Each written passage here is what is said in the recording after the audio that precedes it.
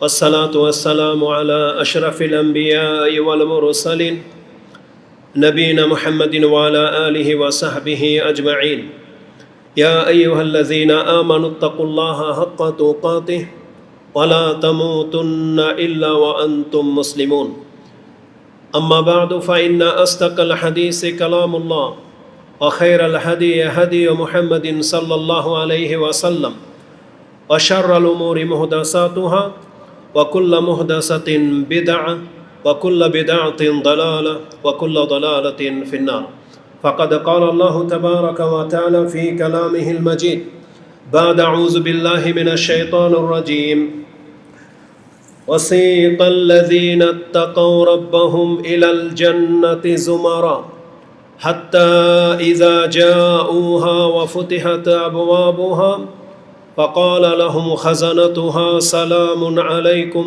طبتم فادخلوها خالدين وعن أنس بن مالك قال قال رسول الله صلى الله عليه وسلم آتي باب الجنة يوم القيامة فاستفتح فيقول الخازن من أنت فأقول محمد فقال أمرت بك أمرت لا أفتح لأحد قبل غيرك أو لا أفتح لأحد قبلك أخرجه المسلم في كتاب الإيمان প্রশংসা মাত্র আল্লাহ সুবহানাহু ওয়া তাআলার, যিনি বিশ্ব জগতের একমাত্র মালিক। যে আল্লাহ সুবহানাহু ওয়া তাআলা তিনি আমাদেরকে সৃষ্টি করেছেন তার বন্দিগির জন্য এবং আমাদের জন্য একটি সুউচ্চ এবং সুখকর জায়গা প্রস্তুত করে রেখেছেন, সেটা হচ্ছে জান্নাত। এবং এই জান্নাতে প্রবেশ করানোর জন্য আল্লাহ সুবহানাহু ওয়া তাআলা একটি নয় বরং একাধিক পথের ব্যবস্থা করে রেখেছেন, যাতে করে কোনো বান্দা যার জন্য যেটা সহজ সেই পথ দিয়ে সহজেই জান্নাতে পৌঁছে যেতে পারে। যে আল্লাহ আমাদের জন্য এই সুগম ব্যবস্থা রেখেছেন, আমরা তার প্রশংসা করি, আলহামদুলিল্লাহ।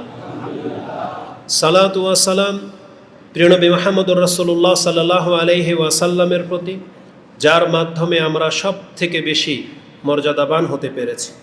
আমরা তার মাধ্যমে কতটা বেশি সম্মানিত হতে পেরেছি বা কতটা মূল্যায়ন আমাদেরকে করা হয়েছে, আজকের বক্তব্যের তার একটি দিক থাকবে।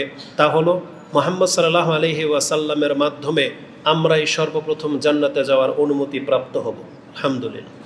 আমরা সে রাসূলের প্রতি সালাত এবং সালাম পাঠ করি। আমরা বলি আল্লাহুম্মা সাল্লি ওয়া সাল্লিম ওয়া বারিক আলা নবিয়িকা মুহাম্মদ। চলমান এই সময়গুলোতে আমার খুতবার বিষয় হচ্ছে জান্নাতের বর্ণনা সম্পর্কে। একটা বক্তব্য গত হয়ে গেছে, তাতে আমরা জান্নাতের দরজা নিয়ে আলোচনা করেছিলাম। তাতে বলেছি জান্নাতের 8টি দরজা রয়েছে, যেটা অনেকেই হয়তো জানেন, কিন্তু সে 8টি দরজা কি বা কেন রাখা হয়েছে সেটা নিয়ে হয়তো অনেকেই ভাবেন না। সেই দরজাগুলোর নামটা বলে দিই, যেটা গত পর্বে পাস হয়ে গেছে। জান্নাতের যে 8টি দরজা, তার মধ্যে 7টি আমি দলিলের মাধ্যমে খুঁজে পেয়েছি, একটা এখনও পাইনি। তো 8টি দরজার মাঝে প্রথম দরজার নাম হচ্ছে বাবুল আইমান, ডান দিকের দরজা। তা এটাই হচ্ছে সবচেয়ে বেশি সম্মানিত দরজা, যেই দরজা দিয়ে এমন এক দলকে প্রবেশ করানো হবে যাদের কোনো হিসাব নেওয়া হবে না। তো এটা হচ্ছে বাবুল আইমান, ডান দিকের দরজা। দ্বিতীয় দরজার নাম হচ্ছে বাবুল ওয়ালিদ, পিতামাতা নামের একটা দরজা রয়েছে। যাদের পিতামাতা রয়েছে এবং পিতামাতার সাথে সৎ আচরণ করে, ওই ধরনের ব্যক্তিদেরকে এই দরজা দিয়ে জান্নাতে প্রবেশ করানো হবে। তৃতীয় দরজা হচ্ছে বাবুস সালাহ, নামাজ যারা নিয়মিত আদায় করে এবং হেফাজত করে, তাদেরকে নামাজের দরজা দিয়ে জান্নাতে প্রবেশ করার অনুমতি দিয়ে দেওয়া হবে। তার চতুর্থ দরজার নাম হচ্ছে বাবুর রাইয়ান, যারা রমজান মাসের সিয়াম আদায় করে তাদের জন্য বাবুর রাইয়ান দিয়ে জান্নাতে প্রবেশ করার অনুমতি দেওয়া হবে, অন্য কাউকে এই দরজা দিয়ে ঢুকতে দেওয়া হবে না। পঞ্চম দরজার নাম হচ্ছে বাবু সাদাকা, যারা অধিক মাত্রায় জাকাত এবং দান সাদকা করে তাদের জন্য বাবু সাদাকা দিয়ে জান্নাতে প্রবেশ করার অনুমতি দিয়ে দেওয়া হবে। ষষ্ঠ দরজার নাম হচ্ছে বাবুল জিহাদ, যারা জিহাদ করেছে এবং যারা আগামীতে যদি এমন সিচুয়েশন হয় আল্লাহর রাস্তায় জিহাদ করতে সক্ষম হয়, তাহলে আল্লাহ সুবহানাহু ওয়া তাআলা এমন মুজাহিদদেরকে শহীদ হোক বা না হোক, জিহাদে অংশ নিলেই যারা নিয়েছে তাদের জন্য একটি দরজার ব্যবস্থা করা হয়েছে, সেটা হচ্ছে বাবুল জিহাদ। আর সপ্তম দরজা যেটা 8 নম্বরে রয়েছে, ওটা আমি 7 নম্বরে উল্লেখ করতেছি যেহেতু দলিল আছে সেই জন্য। অষ্টম দরজার নাম হচ্ছে বাবুত তাওবা। এটা হচ্ছে তওবার দরজা এবং এটা হচ্ছে সব থেকে বড় দরজা। অন্যান্য দরজাগুলোর প্রশস্ততা সম্পর্কে আমরা জানতে পারি, সেগুলো হচ্ছে 40 বছরের পথ। আর আল্লাহ যেটা তওবার দরজা রেখেছেন, যারা হয়তো জীবনে সালাত আদায় করে মরতে পারেনি, যারা হয়তো অনেক পাপ করেছে, যারা হয়তো সিয়াম রাখেনি, ইসলামের কোনো রুকুন আদায় করতে পারেনি, যারা হয়তো ইসলামী গ্রহণ করেনি, কুফরি অবস্থায় ছিল, কিন্তু জীবনের একটা সময় এসে তওবা করতে মরতে পেরেছে, আল্লাহ তাদেরকে এই তওবার দরজা দিয়ে জান্নাতে প্রবেশ করিয়ে দিবেন। আর আল্লাহ সুবহানাহু ওয়া তাআলা এই দরজাটাকে উন্মুক্ত অবস্থায় রেখেছেন, উন্মুক্ত অবস্থায়, যে চায় যখন তখন ঢুকতে পারে। আল্লাহ শুধু বলে দিয়েছেন যে তোমার জন্য খোলা আছে, তুমি চাইলে আজকে তওবা করে ঢুকে যাও। এবং এটাকে আল্লাহ সুবহানাহু ওয়া তাআলা সবচেয়ে বেশি প্রশস্ত রেখেছেন। বলা হয়েছে এটার প্রশস্ততা হচ্ছে 70 বছরের পথ। তার মানে দরজার এক চৌখাট থেকে আরেক চৌখাটে পৌঁছতে 70 বছর লেগে যাবে, এত লম্বা এই তওবার দরজা। তো এটা হাদিস দ্বারা সাব্যস্ত। 7 নম্বর দরজা যেটা যেটা দলিল পায়নি কিন্তু তাফসির কারগণ এবং বিভিন্ন ইমামগণ উল্লেখ করেছেন, সেটা হচ্ছে বাবু কাজিমিন আল গাইজ ওয়া আফিনা আনিন নাস, যে যেই ব্যক্তি রাগকে দমন করে এবং মানুষের অন্যায় হওয়ার পরেও মানুষকে ক্ষমা করে দেয়, এই গুণ যাদের, তাদের জন্য একটি দরজার ব্যবস্থা করে রাখা হয়েছে।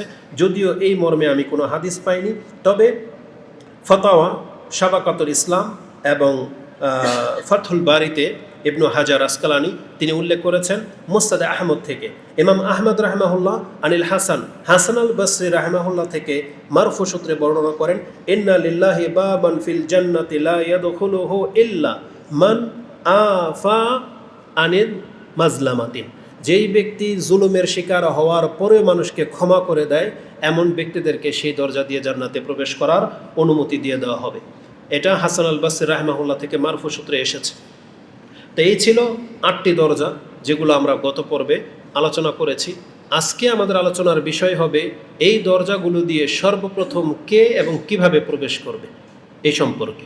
এটা অত্যন্ত একটা ব্যাপার, যাতে করে আপনার অন্তর ওই আমলগুলোর দিকে, ওই রকমের ব্যক্তি হওয়ার জন্য যাতে অন্তর ঝুঁকে, সেই জন্য এই আলোচনাটা আপনার শোনা অত্যন্ত জরুরি।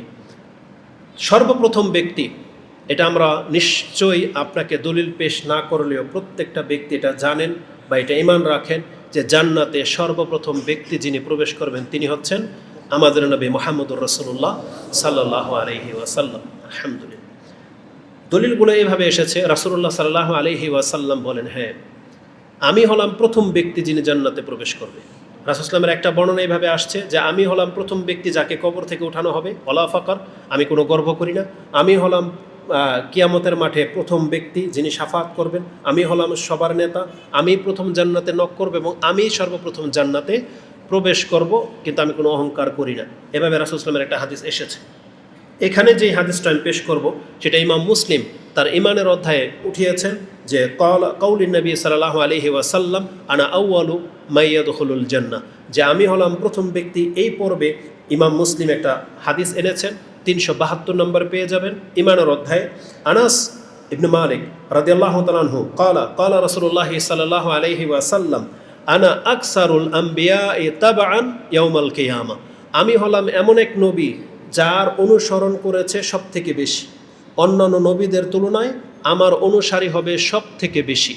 এবং আমি হলাম ওই ব্যক্তি ওয়া আনা আউয়ালু মাই ইয়াকরাউ বাবাল জান্নাহ, এবং আমি প্রথম ব্যক্তি জান্নাতের দরজার কাছে যাব এবং জান্নাতের করা নক করব, মানে জান্নাত খোলার জন্য আমি প্রথম ব্যক্তি যে জান্নাতের করা ধরে নক করব। কেউ যখন কারো ঘরে প্রবেশ করতে চায় বাহির থেকে আপনাকে সংকেত দেয়।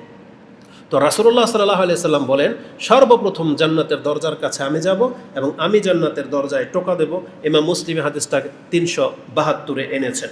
এবং রাসূলুল্লাহ সাল্লাল্লাহু আলাইহি সাল্লাম বলেন আমি যখন অনুমতি চাইব তখন আমাকে প্রবেশ করার অনুমতি দেওয়া হবে। সেই হাদিসটা এইভাবে এসেছে, আন আনাসিন ক্বালা রাসূলুল্লাহ সাল্লাল্লাহু আলাইহি ওয়াসাল্লাম আতি বাবাল জান্নাতি ইয়াউমাল কিয়ামাতি ফাআস্তাফতিহু, আমি কিয়ামতের মাঠে জান্নাতের দরজার কাছে আসব এবং আমি অনুমতি চাইব যে আমার জন্য দরজা খোলা হোক, ফাআস্তাফতিহু, তখন আমাকে ওই দরজার প্রহরী দায়িত্বশীল ফেরেশতা ফায়াকুলুল খাজিন, এই খাজেন জান্নাতের প্রহরী তিনি বলবেন মান আনতা, আপনি কে?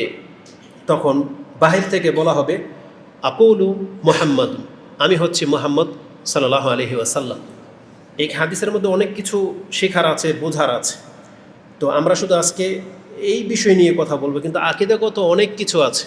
যারা মুহাম্মদুর রাসূলুল্লাহ সাল্লাল্লাহু আলাইহি সাল্লামকে দু জাহানের বাদশাহ খেতাব দিয়ে দিয়েছে, বাদশাহ মানে তিনি যা চান তাই হয়, কিন্তু মুহাম্মদ সাল্লাল্লাহু আলাইহি ওয়াসাল্লামকে আসলে আল্লাহ সুবহানাহু ওয়া তাআলা এটা করেননি।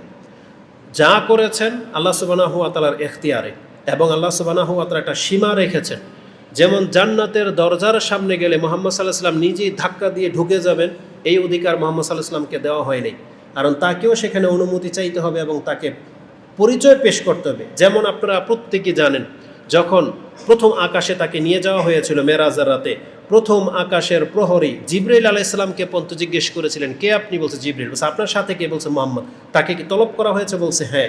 তখন কিন্তু দরজা খোলা হয়েছে, কারণ ফেরেশতাদের উপরে কারো কোনো ক্ষমতা ঘাটে না। আর ফেরেশতারা হচ্ছেন এমন ব্যক্তি যাকে যে কাজের দায়িত্ব দেওয়া হয়েছে সে সেই কাজ করেই থাকে।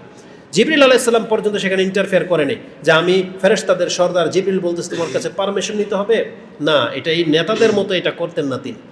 তাদের কারো কোনো এখতিয়ার নাই, কারণ আল্লাহ সুবহানাহু ওয়া তাআলা প্রত্যেককে শক্তি, সামর্থ্য এবং মর্যাদা দিয়ে সৃষ্টি করেছেন, আর প্রত্যেকের দায়িত্বে নিযুক্ত আছেন। তো মুহাম্মদ সাল্লাল্লাহু আলাইহি সাল্লাম জান্নাতের দরজার সামনে গিয়ে বলবেন আমি মুহাম্মদ বলতেছি, তখন সম্মানটা দেখেন, ফেরেশতারা ওনার জন্য অপেক্ষামান। এটা হচ্ছে অনেক বড় একটা ব্যাপার। তখন ফেরেশতা যিনি জান্নাতের দরজার দায়িত্বশীল তিনি বলবেন ফায়াকুল বিকা উমিরতু, হ্যাঁ আপনার জন্যে আমি আদেশপ্রাপ্ত হয়েছি যে আপনার যখন আসবেন আমি যেন তখন দরজা খুলি। লা আফতাহু লি আহাদিন কাবলাকা, আপনার পূর্বে যেন আমি কোনো ব্যক্তির জন্য জান্নাতের দরজা না খুলি। তার মানে মুহাম্মদ সাল্লাল্লাহু আলাইহি সাল্লামকে এতটা মর্যাদা দিয়ে দেওয়া হয়েছে যে জান্নাতের দরজা মুহাম্মদ ছাড়া আর কারোর জন্য খোলা হবে না। যে উমিরতু বিকা, আপনার জন্যই আমাকে আদেশ করা হয়েছে, লা আফতাহু লি আহাদিন কাবলাকা, আপনার পূর্বে যেন আমি কারোর জন্য জান্নাতের দরজা না খুলি। তাহলে হাদিস স্পষ্ট প্রমাণ করে যে জান্নাতে সর্বপ্রথম প্রবেশ করবেন আমাদের নবী মুহাম্মদুর রাসূলুল্লাহ সাল্লাল্লাহু আলাইহি ওয়াসাল্লাম। এটা হচ্ছে তার মর্যাদা। আর মুহাম্মদ সাল্লাল্লাহু আলাইহি ওয়াসাল্লামের মাধ্যমে আমরা কতটা মর্যাদাবান হতে পেরেছি এটা এখানে আপনি প্রমাণ পাবেন। এই মর্যাদাটা শুধু মুহাম্মদ সাল্লাল্লাহু আলাইহি ওয়াসাল্লামের জন্য আল্লাহ খাস করে রাখেননি।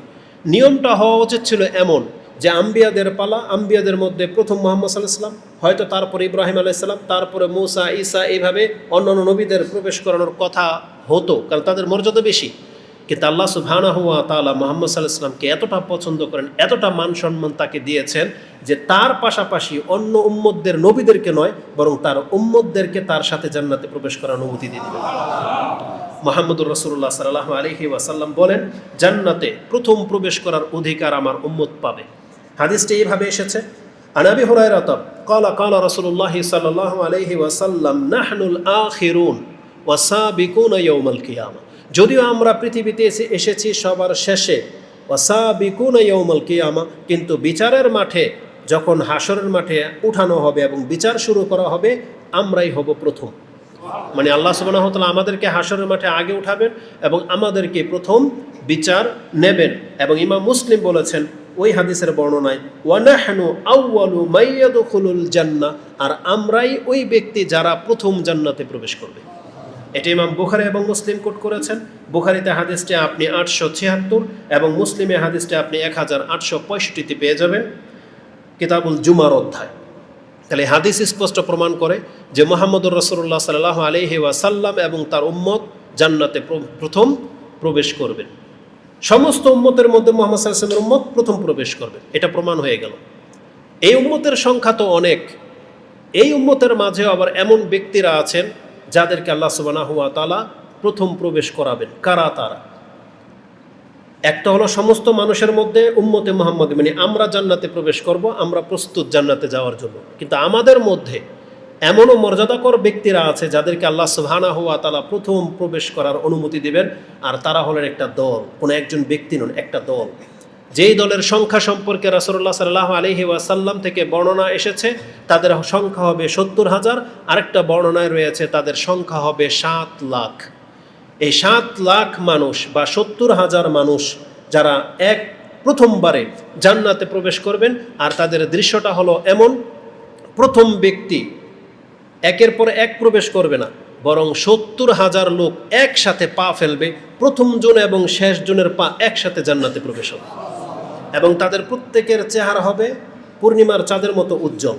এবং আল্লাহ সুবহানাহু ওয়া তাআলা তাদের গুণ সম্পর্কে বলতেছেন, এই যে লোকটায় প্রথম দলটা যে জান্নাতে যাবে, যাদেরকে ডান দিকের দরজা দিয়ে প্রবেশ করার অনুমতি দিয়ে দেওয়া হবে, হে মুহাম্মদ তাদেরকে জানিয়ে দিন তাদের কোনো হিসাব নেওয়া হবে না, বিনা হিসেবে তাদেরকে জান্নাতে প্রবেশ করানো হবে। আসল বিস্তারিত বর্ণনাগুলোতে কি আছে? সাহাল ইবনে সাদ রাদিয়াল্লাহু আনহু আনিন নবী সাল্লাল্লাহু আলাইহি ওয়াসাল্লাম ক্বালা লা ইয়াদখুলান্না মিন উম্মতি ৭০ আলফান আও ৭০০ আলফিন। এক বর্ণনায় ৭,০০০, অথবা বর্ণনাকারী বলেছেন যে রাসূল সাল্লাল্লাহু আলাইহি ওয়াসাল্লাম ৭ লাখের কথা বলেছিলেন। লা ইয়াদখুলু আউয়ালুহুম হাত্তা ইয়াদখুলা আখিরুহুম। তাদের প্রবেশের দৃশ্যটা হবে এমন যে প্রথম ব্যক্তি পা ফেলার সাথে সাথে শেষের ব্যক্তিরও পা পড়ে যাবে, মানে একসাথে ঢুকবে তারা জান্নাতে। মুতামাসিকিনা আখিযুম বা'দুহুম বিবা'দ, এবং তারা প্রত্যেকে একে অপরকে হাত ধরে থাকবে, লেগে থাকবে একে অপরের সাথে।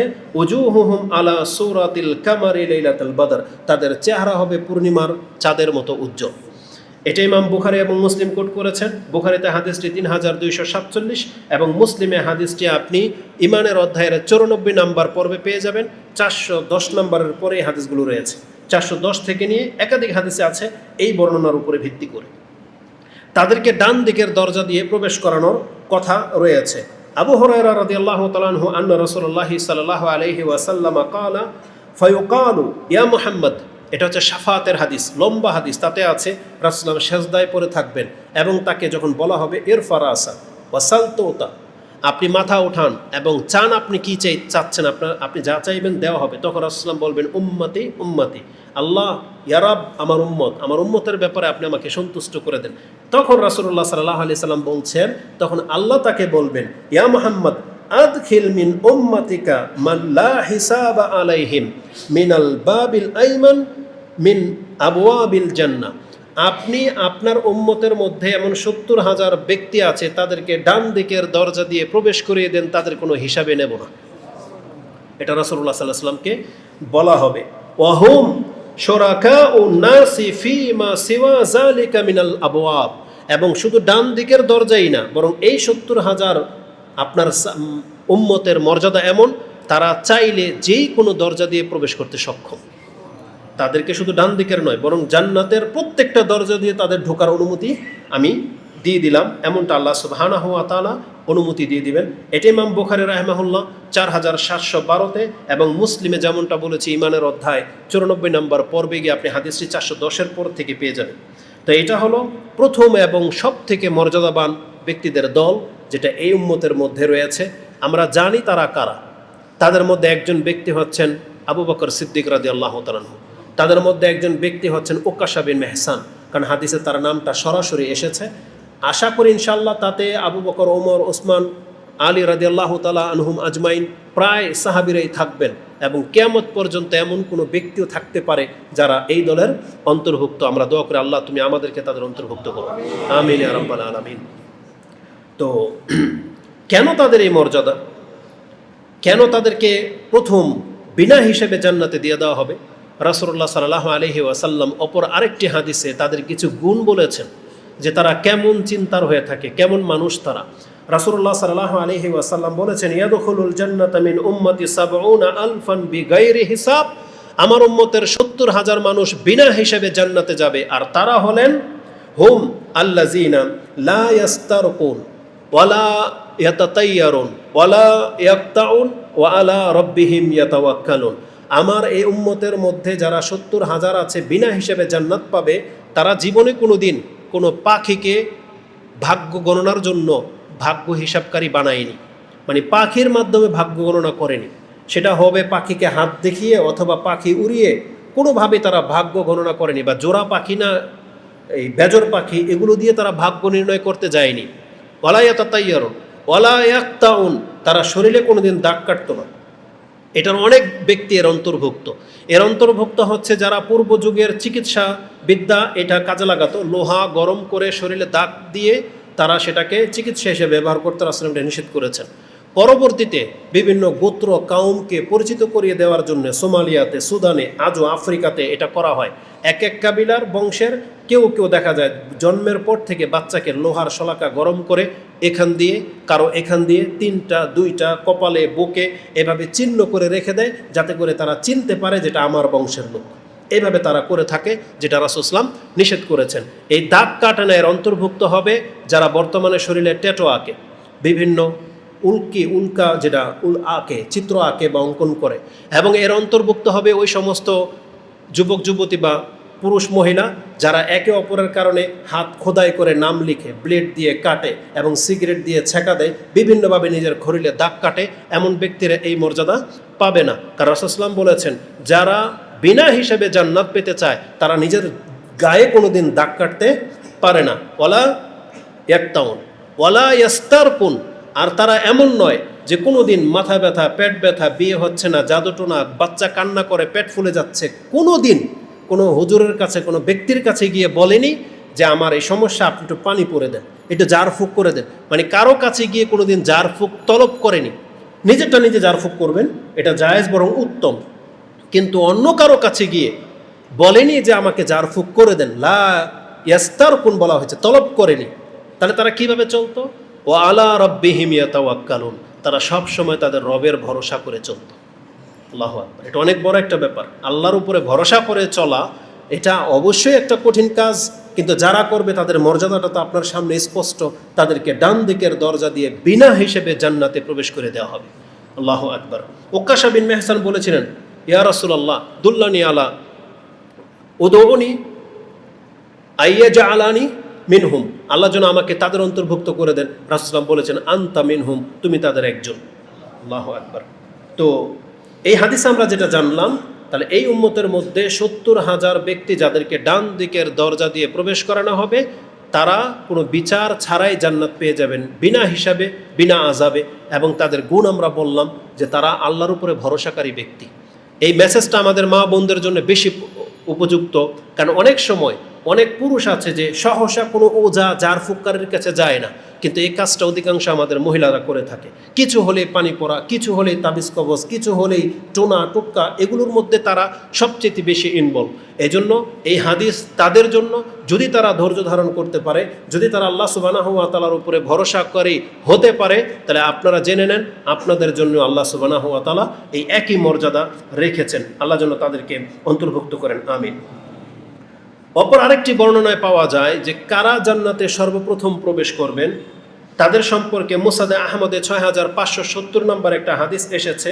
আব্দুল্লাহ ইবনে আমর ইবনে আস আন রাসূলুল্লাহ সাল্লাল্লাহু আলাইহি ওয়াসাল্লাম আন্নাহু ক্বাল হাল তাদরুনা আউওয়ালা মান ইয়াদখুলুল জান্নাতা মিন খালকিল্লাহ, তোমরা কি বলতে পারো যে আল্লাহর সৃষ্টির মাঝে কারা সর্বপ্রথম জান্নাতের হক রাখে, কারা প্রথম প্রবেশ করবে? কালু আল্লাহু ওয়া রাসূলুহু আলাম, আল্লাহ এবং তার রাসূলই ভালো জানে।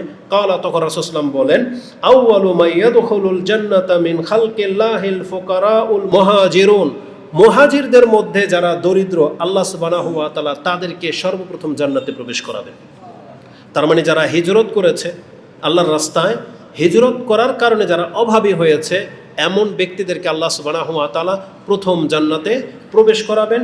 এটা মুসনাদে আহমদ রয়েছে এবং সহিহ ইবনে হিব্বানে 7421 নম্বরে উত্তম সনদে বর্ণনা করা হয়েছে। তার মানে আমরা পেয়ে গেলাম তাহলে দ্বিতীয় দল, যারা বলা চলে তারা তো 70,000-এর মতো থাকবে, তারপরে এখানে প্রাধান্য দেওয়া হয়েছে অভাবীদেরকে, দরিদ্রদেরকে, যারা ধর্মের কারণে দরিদ্র হয়েছে। ব্যক্তিগত মুহাজিরদের মধ্যে অধিকাংশ সব কোটিপতি ছিল। আবু বকর, সিদ্দিক, উসমান, তারা প্রত্যেকে পরবর্তীতে তারা অর্থ সম্পদের মালিক হয়েছেন, কিন্তু মক্কায় থাকতেও তারা অনেক পয়সাওয়ালা ছিলেন। আরও বেশ কিছু সাহাবীর নাম রয়েছে। তো এটা একটা মর্যাদার বিষয়।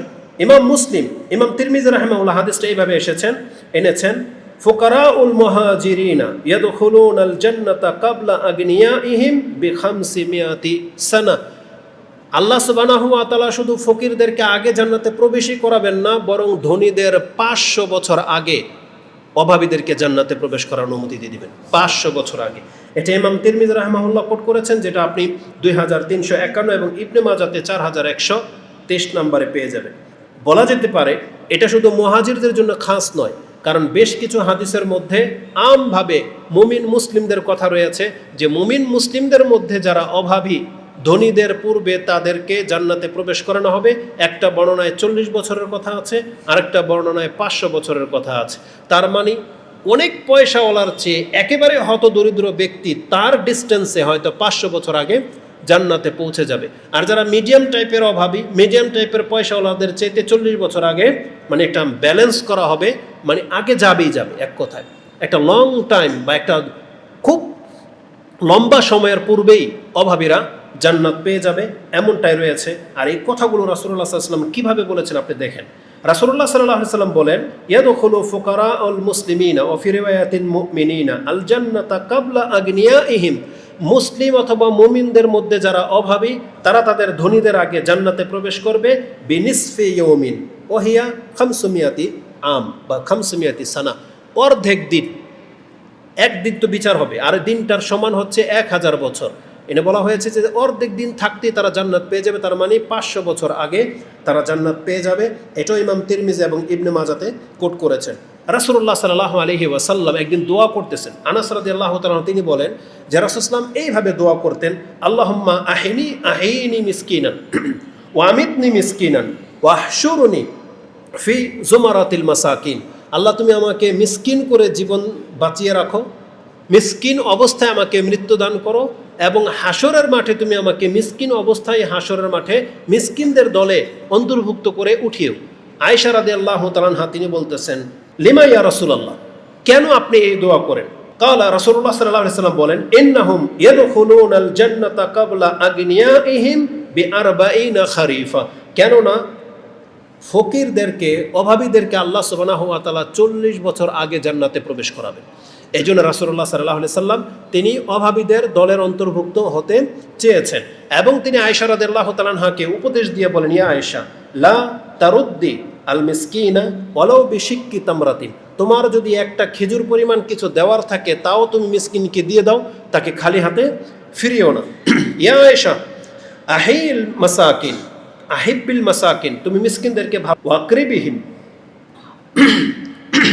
ওয়াকাররিবিহিম, এবং তুমি তাদের সান্নিধ্যে থাকার চেষ্টা করো বা তাদেরকে নিকটে নিয়ে আসার চেষ্টা করো। ফা ইন্নাল্লাহা ইউকাররিবুকি ইয়াউমাল কিয়ামা। তুমি যদি অভাবীদেরকে তোমার কাছে আসতে দাও, তাহলে আল্লাহ সুবহানাহু ওয়া তাআলা তোমাকে কাছে নিয়ে নেবেন।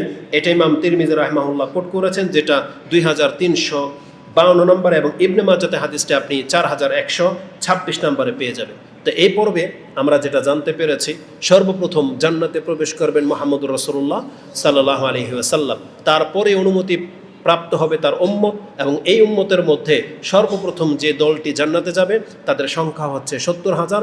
বিনা হিসেবে তাদেরকে জান্নাতে ডান দিকের দরজা দিয়ে প্রবেশ করানো হবে।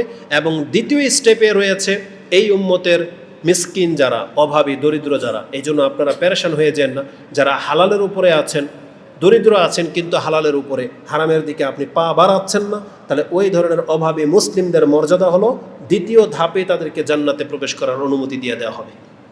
আল্লাহু আকবার। এই উম্মতের মাঝে এমন কিছু ব্যক্তি আছে যাদেরকে প্রত্যেক দরজা দিয়ে ডাকা হবে, একটা নয় বরং প্রত্যেকটা দরজা দিয়ে ডাকা হবে এবং বলা হবে, ইয়া ফুল, হে উমুক, হাজা খায়ের, এই দরজা দিয়ে ঢোকো, এটা তোমার জন্য বেশি কল্যাণকর হবে। প্রত্যেকে একটাই কথা বলবে। সালাতের দরজা রক্ষীও এটাই বলবে, কারণ প্রত্যেকটা দরজার আলাদা আলাদা মান, আলাদা আলাদা মর্যাদা আছে, আর সবাই তো জানে যে কত কি আছে এর ভিতরে। তো এই জন্য প্রত্যেকটা ব্যক্তিকে ওইভাবে ডাকা হবে যে এই দরজা দিয়ে ঢোকো। এই উম্মতের মধ্যে এমন কিছু ব্যক্তিরা রয়েছেন, কারা তারা? সংক্ষিপ্ত আকারে তাদের পরিচয়টা আমি আপনার কাছে তুলে ধরি। মান আনফাকা যাওজাইনি ফি সাবিলিল্লাহ দাআহু খাজানাতুল জান্নাহ। যারা আল্লাহর রাস্তায় জোড়ায় জোড়ায় দান করে তাদেরকে জান্নাতের দরজা দিয়ে ডাকা হবে।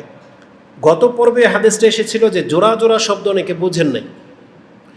ইসলামের পথে জোড়া জোড়া দান করার মানে হলো, যেহেতু রাসূল ইসলামের যুগে যুদ্ধের একটা ব্যাপার ছিল, যেমন কেউ একটা ঘোড়া দান করতো আর কেউ 2টা ঘোড়া দান করতো, তাহলে জোড়া জোড়া মানে হচ্ছে 2টা ঘোড়া দান করা। কেউ একটা বর্ম দিল, কেউ 2টা বর্ম দিল, কেউ 2টা উট দিল, এইভাবে হচ্ছে জোড়ায় জোড়ায় দান করা হয়।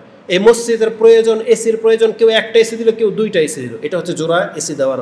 কেউ একটা পিলার করে দিল, কেউ 2টা পিলার করে দিল, কেউ 1 ব্যাগ সিমেন্ট দিল, কেউ 2 ব্যাগ সিমেন্ট দিল, মানে এটা হচ্ছে জোড়ায় জোড়ায় দান করা। তাহলে যেই ব্যক্তি জোড়ায় জোড়ায় দান করে তাকে জান্নাতের দরজা দিয়ে ডাকা হবে।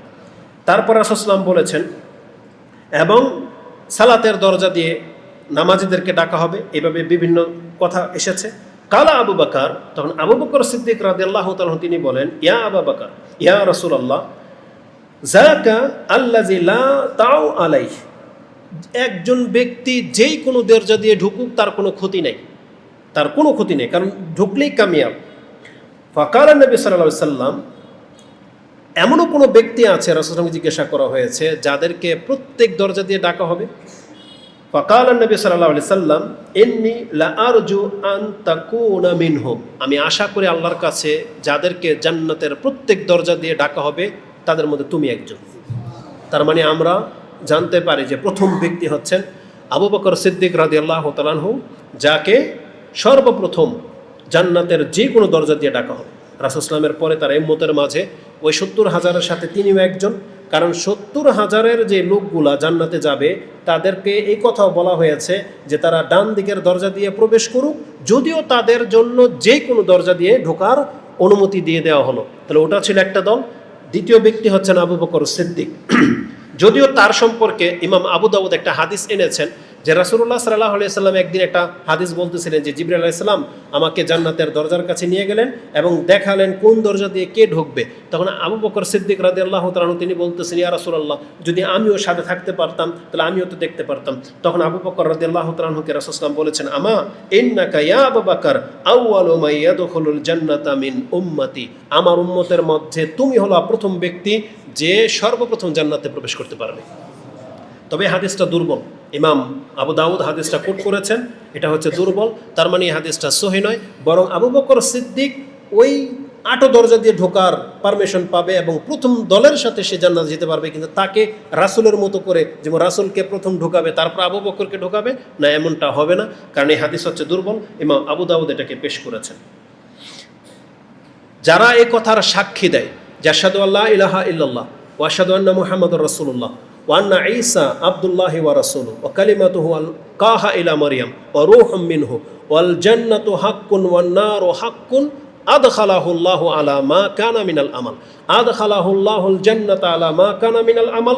একটা বর্ণনা এসেছে, আরেকটা বর্ণনা এসেছে আদখালাহুল্লাহু মিন আইয়ি আবওয়াবিল জান্নাতি সামানিয়াতা শা, যেই ব্যক্তি এই কথার সাক্ষী দেয় আল্লাহ ছাড়া সত্য কোনো ইলাহা নাই, তিনি এক ও একক, মুহাম্মদ সাল্লাল্লাহু আলাইহি সাল্লাম হচ্ছে আল্লাহর রাসূল, ঈসা আলাইহিস সালাম হচ্ছে আল্লাহর রাসূল, এবং আল্লাহর পক্ষ থেকে ফুৎকার দেওয়া এক রূহ যেটা মরিয়ম আলাইহিস সালামের গর্ভে দিয়ে দেওয়া হয়েছিল, এবং জান্নাত সত্য, জাহান্নাম সত্য, যেটা অন্তর থেকে দৃঢ় বিশ্বাসের সাথে সাক্ষী দেয়, এই ব্যক্তিকে বলা হবে তোমার আমল যেমনই হোক না কেন তোমাকে জান্নাতে ঢোকার পারমিশন দিয়ে দেওয়া হবে। এবং ইমাম মুসলিমের বর্ণনা রয়েছে শুধু ঢোকার নয়, বরং জান্নাতের 8টা দরজার যে কোনো দরজা দিয়ে তাকে ঢোকার পারমিশন দিয়ে দেওয়া হবে। এটা ইমাম বুখারী রাহিমাহুল্লাহ 3435 এবং ইমাম মুসলিম 46 নম্বর হাদিসের মধ্যে আপনি পেয়ে যাবেন। তারপরে বলেছিলাম যারা ডান দিকের দরজা দিয়ে ঢুকবে তারাও ওই 8 দরজা দিয়ে ঢোকার অনুমতি পাবে। ছোট্ট একটা আমল দেখেন, একটা আমলের মধ্যে এত বড় ফ্যাসিলিটি আছে, সেটা হলো যারা উত্তমভাবে অজু করে এবং অজুর পরে একটা দোয়া আছে, যদি এটা পড়ে তাদের জন্য 8 দরজা খুলে যাবে। রাসূলুল্লাহ সাল্লাল্লাহু আলাইহি ওয়াসাল্লাম থেকে ওমর ইবনে খাত্তাব তিনি বলেন, ক্বালা রাসূলুল্লাহ সাল্লাল্লাহু আলাইহি ওয়াসাল্লাম, মা মিনকুম মিন আহাদিন ইয়াতাওয়াদ্দাউ ফায়ুবলিগু আও ফায়ুসবিগুল উযু, যদি সে উত্তমভাবে বা পরিপূর্ণভাবে অজু করে, সুম্মা ইয়াকুল, তারপরও যদি বলে আশহাদু আল্লা ইলাহা ইল্লাল্লাহ ওয়া আন্না মুহাম্মাদুন আবদুল্লাহি ওয়া রাসূলুহু, যদি এতটুকু দোয়া কেউ পড়ে, ইল্লা ফতিহাত লাহু আবওয়াবুল জান্নাতি সামানিয়াতু ইয়াদখুলু মিন আইয়িহা শা। এটা ইমাম মুসলিম কোট করেছেন 442 নম্বরে হাদিসটা আপনি পেয়ে যাবেন, যে রাসূল সাল্লাল্লাহু আলাইহি ওয়াসাল্লাম বলেছেন যেই ব্যক্তি পূর্ণ মাত্রায় অজু করে এবং অজু করার পরে যদি বলে আশহাদু আল্লা ইলাহা ইল্লাল্লাহ ওয়া আন্না মুহাম্মাদুন আবদুল্লাহি ওয়া রাসূলুহু, এতটুকু কথা যদি বলে তার জন্য জান্নাতের 8 দরজা খুলে যাবে। আল্লাহু আকবার। তার মানে বোঝা যায় এই ব্যক্তি যদি ইসলামের উপরে মরে তার জন্য 8 দরজা দিয়ে জান্নাতে প্রবেশ করে দেওয়ার অনুমতি রয়েছে। পঞ্চম ব্যক্তি যদি এমন কেউ থেকে থাকে যাদের জন্য 8টি দরজা খুলে যাবে, তারা হলো মুসলিমদের মধ্যে যদি এমন কোনো ব্যক্তি থেকে থাকে, এমন কোনো মহিলা থেকে থাকে যাদের 3টি সন্তান মারা গেছে, তার জীবদ্দশায় তার সন্তানদের মধ্যে 3টি সন্তান মারা গেছে, তাহলে এই ব্যক্তির মর্যাদা হলো, যদি সে আল্লাহকে গালি না দেয়, যদি সে ধৈর্য ধারণ করতে পারে, যদি সে আল্লাহর কাছে সোয়াবের আশা রাখে, তিনি হলেন এমন মুসলিম ব্যক্তি যার জন্য জান্নাতের 8 দরজা দিয়ে ঢোকার পারমিশন দিয়ে দিবেন আল্লাহ সুবহানাহু ওয়া তাআলা। এই হাদিসটা নিয়ে এসেছেন ইবনু মাজাহ, তিনি তার 1604 নম্বরে পেয়ে যাবেন। আল বুখারীতে হাদিসটি রয়েছে 1248। বুখারীতে 8 দরজার কথা তো নাই, কিন্তু জান্নাতে প্রবেশ করার কথা রয়েছে। ইবনু মাজাহতে বাড়তি শব্দ রয়েছে ইল্লা তালাক্কাউহু মিন আবওয়াবিল জান্নাতি সামানিয়াতি মিন আইহা শাআ দাখালা, তার কাছে জান্নাতের 8 দরজা পেশ করে দেওয়া হবে এবং বলা হবে তুমি যেই দরজা দিয়ে চাও তুমি প্রবেশ করতে পারো। হাদিসটা ডিটেলস আপনি পড়ে নিয়েন। বুখারীতে জানাজার অধ্যায় রয়েছে 1248 এবং ইবনে মাজাহতে 1604 নম্বরে রয়েছে। এবং ষষ্ঠ ব্যক্তি আমি মনে করি সেই ব্যক্তি হতে পারে যারা মসজিদে যখন ঢুকেন, যারা এই দোয়া পড়েন, এই দোয়ার মর্মটা আমি এটাই বুঝি, কারণ আমি জানি আল্লাহ সুবহানাহু ওয়া তাআলা জান্নাতকে বলেছেন আনতি রাহমাতি, তুমি আমার রহমত, আর রহমতের দরজা হচ্ছে 8টা। যখন কোনো ব্যক্তি মসজিদে ঢোকে এবং তিনি কিন্তু এই দোয়া বলে বিসমিল্লাহ ওয়াসসালাতু ওয়াসসালামু আলা রাসূলিল্লাহ আল্লাহুম্মা আফতাহ লি আবওয়াবা রাহমাতিকা, আপনি ঢুকেছেন একটা দরজা দিয়ে, কিন্তু আল্লাহর কাছে চাচ্ছেন আবওয়াবা রাহমাতিকা, আল্লাহ তোমার রহমতের প্রত্যেকটা দরজা আমার জন্য খুলে দাও।